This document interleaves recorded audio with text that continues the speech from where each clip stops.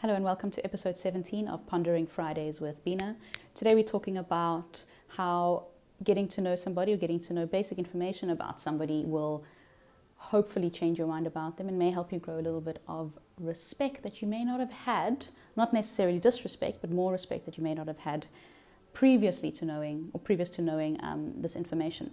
Today, there's one person I want to talk about when it comes to this, is the Queen of England. On Sunday last week, we started watching The Crown, which is on Netflix. I highly recommend it. And gosh, when you start watching the show, you realize how much this woman has seen, how much she's gone through. And I mean, I've literally just encapsulated a small bit of it. And I hope that by sharing this, maybe changes your insight into what becoming queen at 26, not only Queen of England, but Queen of basically the world. That sounds really ignorant of me to say, but Queen at 26 does. I mean, Queen Elizabeth, she was a teenager during, I've got some notes here because I'm very prepared. She was a teenager during World War II, and towards the very end of World War II was actually at 18 years old, she served as a truck driver and mechanic in 1945. So she was already part of the royal family. Obviously, she hadn't become queen. She only became queen in 1952 after her father died. But the only female royal to have ever to have entered the armed forces. February 2017, 65 years on the throne. 65 years on the throne, the longest living monarch in history. And for someone who was not actually ever meant to become queen, that is, quite a long CV. She wasn't meant to become queen because her dad's older brother, King George, was obviously first in line to the throne, but he abdicated in 1936 because he wanted to marry a divorcee who was a socialite, and because of that they wouldn't let him become king. So her father became king.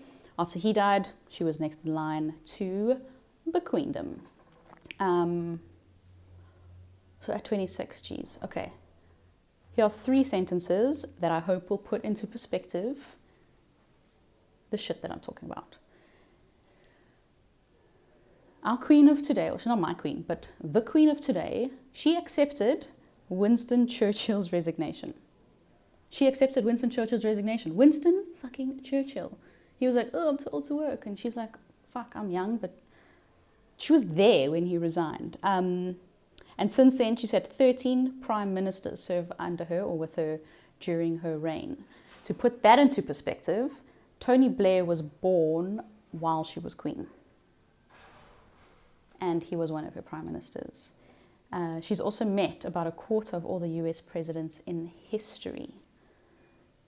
The most recent one, although she had met him before, the most recent one is Trump. A couple of days ago, obviously, anyone who hasn't been living under a rock would notice that he came for a state visit. State visit means that the UK taxpayers would have to pay for it.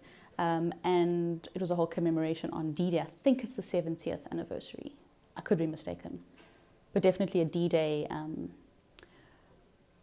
celebration, commemoration, commiseration. I'm not really sure, depending on where you sit on the fence. And it was really funny. I watched the whole meeting and the whole gala dinner. I remember last time when he came, just for a sort of like cash visit, he walked in front of her and she's like, in your place. This time you could see when they were walking towards where they were sitting to have dinner, he was like a little kid. You could see him going, and this lady's walking so slowly, I just want to get in front of her. But he knew that he couldn't do it because he got in trouble the last time. So she's turning, birthday's 21st of April. So she turned 93 this year, and she's still the queen. And I mean, if you look at her outfits that she wears now, considering all the stuff that she's gone through, she can wear the lime green suit, in my opinion, as much as she wants, because she's damn well deserved it. And really grown in respect from my side. Not that she cares, but here we go. Some small little information just before I end off. It is getting a little long. She has apparently in her reign or during her reign answered more than 3.5 million items of correspondence personally. And also every time somebody in the typical Commonwealth countries turns 100 or becomes a turns 100, she writes them a handwritten note saying congratulations on turning 100. She's close by. She's given her royal assent to over 3,500 acts of parliament. So when a bill needs to get passed, it obviously has to go through Congress and then Parliament, and she has to then be like, yeah, I agree with this. 3,500. I told you that she worked as a truck driver and mechanic in 1945.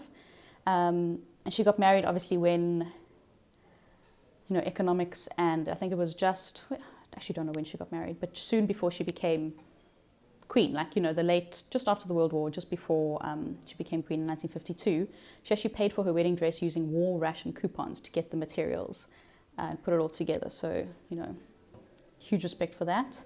And these are my two favorite bits. She doesn't need a passport because all British passports are officially issued in her name. So she literally doesn't need one. She's like, I am the queen who gives all the Brits their passports. And she doesn't need a driver's license for the same reason.